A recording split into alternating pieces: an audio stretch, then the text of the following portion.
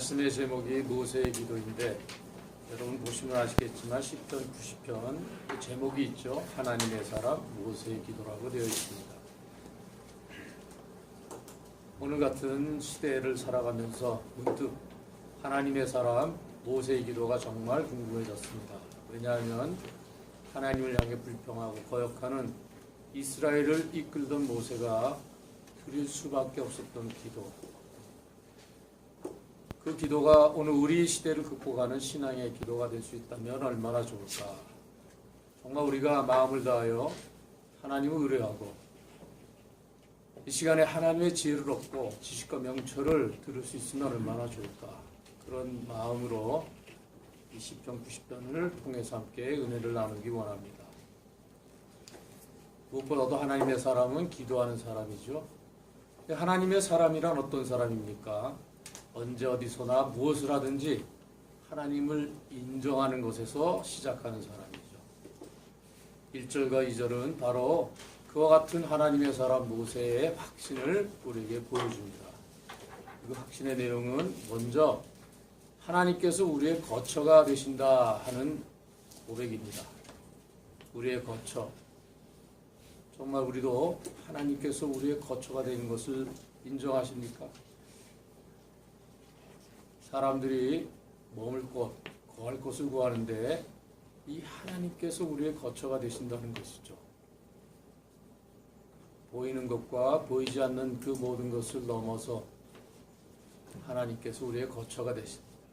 뿐만 아니라 이분은, 이 하나님께서는 온 우주 만물을 창조하신 창조주이십니다. 우리에게 보이는 모든 거처는 잠시 있다 없어지지만 하나님은 영원한 우리의 거처가 되시는 것입니다. 하나님의 사람이라면 마땅히 이 영원하신 거처를 사모해야겠죠.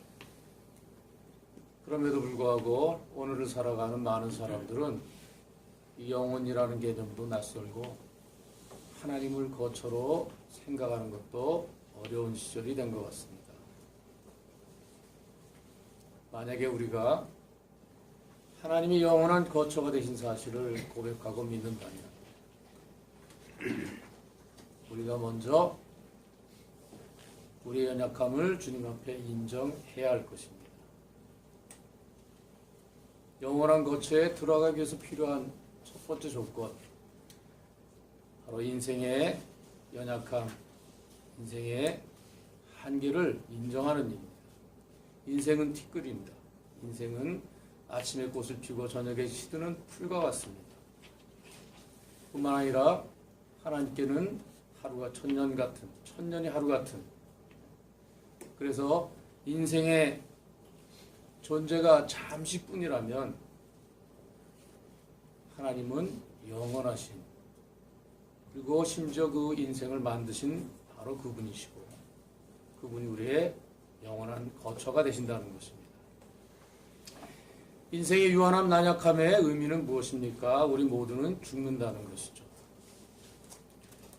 그런데 하나님의 사람이 이 육체의 죽음보다 더 두려워해야 할 한 가지가 있다면 그것은 바로 하나님에게서 멀어지는 것입니다. 하나님과의 관계가 단절되는 것입니다. 많은 사람들이 이 사실을 망각하거나 무시하면서 살아가죠. 우리가 호흡하고 있으니까, 지금 살아있으니까 그것으로 만족한다는 말이죠.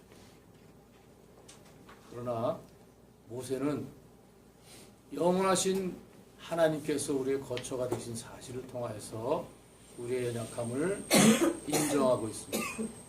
그렇기 때문에 하나님께서 이스라엘에게 주셨던 경고, 그 경고를 우리도 기억해야 하는 것입니다. 민수기 14장, 이스라엘의 광야에서 하나님을 향해서 크게 부르짖고 그들이 통곡하면서 불평했습니다. 이 땅에 잠시 머무는 것, 그 머물면서 당했던 어려움, 고초, 애굽에서 누렸던 가장 좋은 시절을 기억하면서 그들이 하나님 앞에 불평하였던 것이죠. 영원한 거처가 되신 하나님 여호와의 위대하심을, 그분의 인자하심을 도리어 불평거리로, 원망거리로 바꿨던 이스라엘의 어리석음, 그것이 바로 하나님과의 관계를 거역하고 하나님과의 관계를 망각하고 영원하지 못한 이 세상의 것으로 만족하고자 했던 그들의 죄악이었던 것입니다. 하나님께서 이스라엘을 향해서 말씀하십니다. 내 삶을 두고 맹세하노라. 너희 말이 내 귀에 들린 대로 내가 너희에게 행하리니 너희 시체가 이 광야에 엎드러질 것이라. 너희 중에서 20세 이상으로서 계수된 자, 곧 나를 원망한 자 전부가 여분네 아들 갈렙과 눈의 아들 여호사 외에는 내가 맹세하여 너에게 살게 하리라 한 땅에 결코 들어갈 수 없으리라. 오늘 우리도 예수 그리스도께서 우리의 거처가 되시고 피난처가 되시지만 이 하나님과의 관계, 하나님 안에 올바로 머물지 못하고 죄악에 젖어서 죄악에 물들어서 살아가고 있는 우리 자신들의 모습들을 얼마든지 볼 수 있습니다. 그러나 아무리 은밀하게 행한 죄라도 하나님 앞에서 감출 수는 없는 것입니다.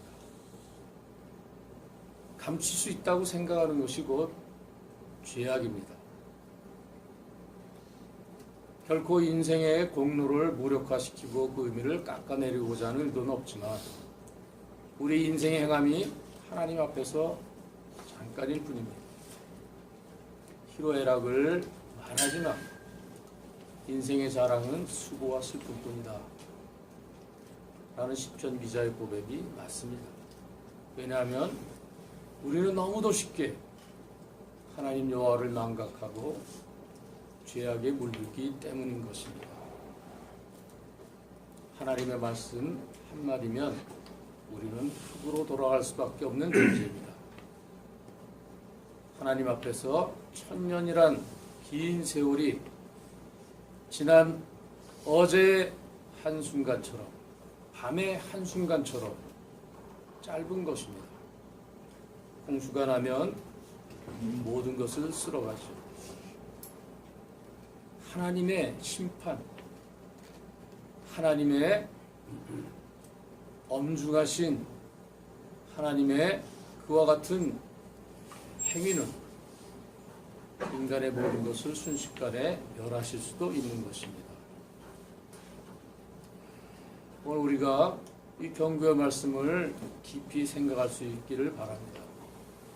우리 인생과 비교할 수 없는 하나님께서 연약한 우리를 인정하시고 이 땅에 살아가는 동안 가장 좋은 것들로 베풀어 주시지만 어리석은 우리는 지난날 누렸던 이 땅의 것을 가지고 만족하면서 하나님의 엄미하신 경고를 잊고 하나님과의 관계를 무시하고 망각하면서 단절된 관계 속에서 살아가는 것입니다.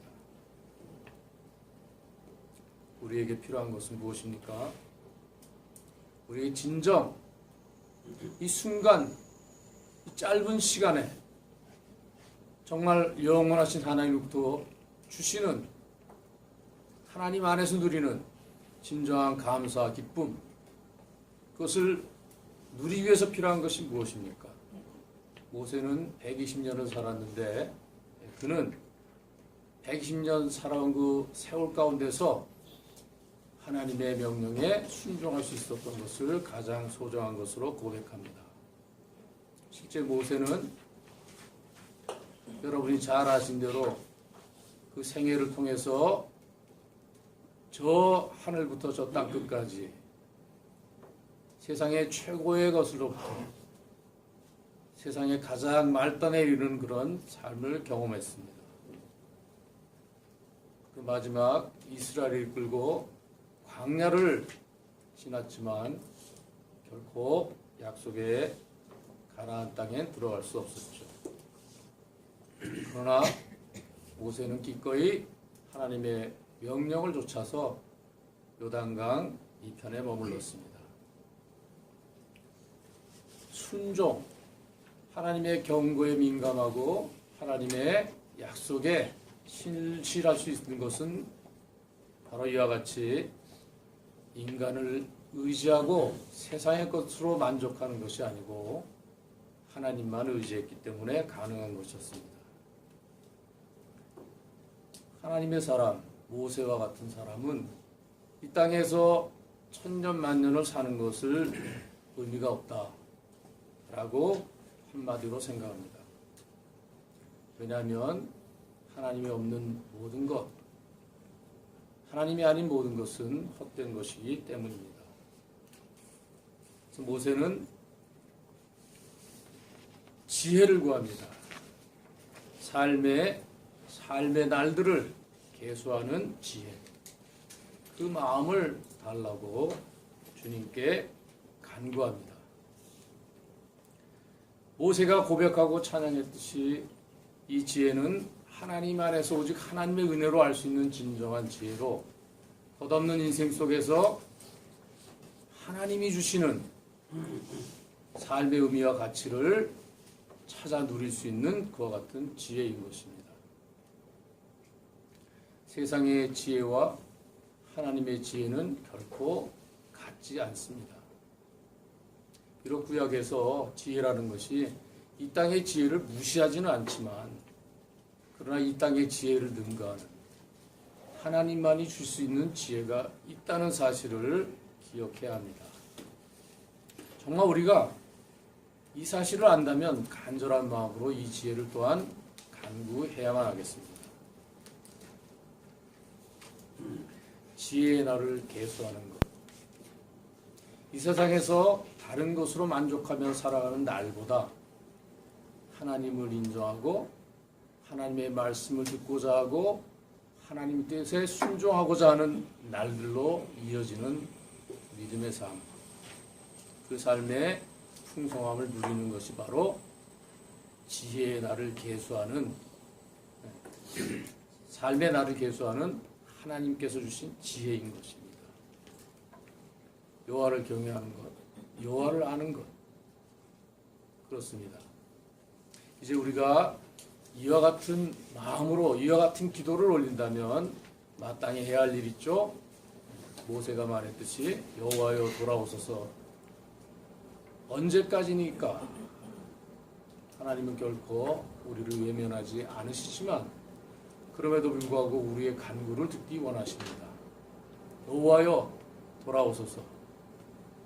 주의 종들을 긍휼히 여겨주셔서 지혜의 마음을 가진 사람들은 하나님의 긍휼, 하나님의 인자를 구합니다. 우리가 비록 잘못했지만 우리가 비록 연약하고 실족하고 실패했지만 그러나 이 시간 우리는 여호와께 돌이켜 여호와께서 우리와 함께 하시는 그 사실을 확증해 주시기를 위해서 기도해야 합니다. 이스라엘이 이 시편을 읽었을 때 그들의 조상들의 행적들을 기억했을 것입니다. 그들이 하나님 아닌 금송아지 우상을 숭배하고 따랐을 때 그들에게 주어졌던 하나님의 진노를 기억할 것입니다. 하나님의 사람, 이 인생에 참 지혜를 가진 사람들은 바로 이와 같이 하나님의 진노를 가볍게 여기지 않습니다. 하나님의 분노를 가볍게 여기지 않습니다. 하나님의 영광을 구하기 위해서 하나님의 인자와 긍휼을 구하기 위해서 우리가 필요한 것이 무엇입니까? 그것은 하나님의 진노를 기억하는 것입니다.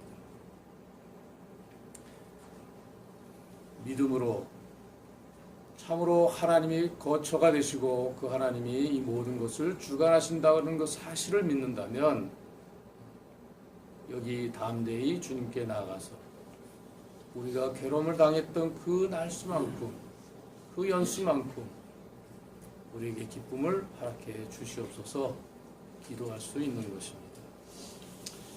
이 간구의 마지막은 우리의 손의 행사를 견고케 하소서 견고케 해달라는 두 번 반복되는 구절로 마감됩니다. 하나님께서 하나님의 사람 모세를 통해서 위대한 일을 이뤘듯이 오늘 우리 한 사람 한 사람도 하나님이 거저 이 땅에 보내신 것이 아니고 하나님의 뜻을 이루기 위해서 보내신 것을 믿습니다. 비록 대립과 분열로 혼탁한 세상이지만 우리는 흔들리지 않는 믿음으로 기도할 수 있기를 바랍니다. 창조주께서 우리의 거처가 되신 사실, 각자가 어떻게 머무는지 모르지만 이제 우리 주 예수 그리스도께서 우리의 거처가 되신 사실을 다시 한번 기억하고 더는 어리석은 가운데 이 세상의 죄 가운데 물들어 살지 않고 오히려 우리의 연약함과 인생의 유한함을 통해서 하나님이 새로운 일을 이루시고 다시 한번 그의 손에 붙잡으사 하나님께로 이끄시는 그 놀라운 인자와 긍휼을 맛볼 수 있기를 바랍니다. 참으로 이 육실동행이 하나님의 뜻을 이룰 수 있는, 함께 한마음으로 기도할 수 있는, 그래서 한 사람도 실족지 않고 하나님의 사람의 놀라운 약속의 말씀을 쫓아서 함께 기도할 수 있기를 간절히 바랍니다. 기도하시겠습니다.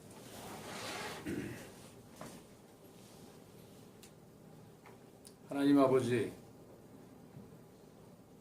우리는 홀로 설 수 없는 존재이지만 하나님께서 우리를 사랑하셨던 그 놀라운 약속과 기적의 이야기를 지나간 것으로 생각할 때가 얼마나 많은지요. 아니, 오늘 우리가 우리 주 예수 그리스도 이름으로 모였지만 우리의 각자에게 베풀어 주신 하나님의 사랑을 참으로 새롭게 소중하게 누리지 못하며 살아가는 날들이 얼마나 많은지요. 오늘 우리가 다시 한번 모세의 기도를 통해서 주님을 바라보고 하나님께 나갈 수 있기를 원합니다.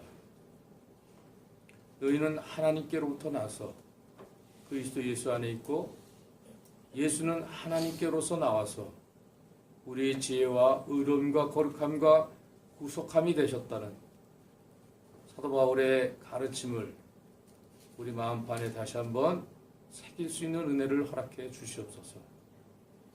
인생의 모든 것들이 다 헛된 수고와 슬픔이 아니고 오히려 그 헛된 수고와 슬픔을 변화시켜서 하나님의 처소로 들어갈 수 있는 기회를 만들어 주신 것 우리가 기억하고 더욱 힘써서 하나님의 인자와 긍휼을 바라고 주의 말씀과 뜻을 깨닫는 대로 순종할 수 있는 믿음의 사람들로 다시 한번 세워주시옵소서. 예수님의 이름으로 감사함으로 기도합니다. 아멘.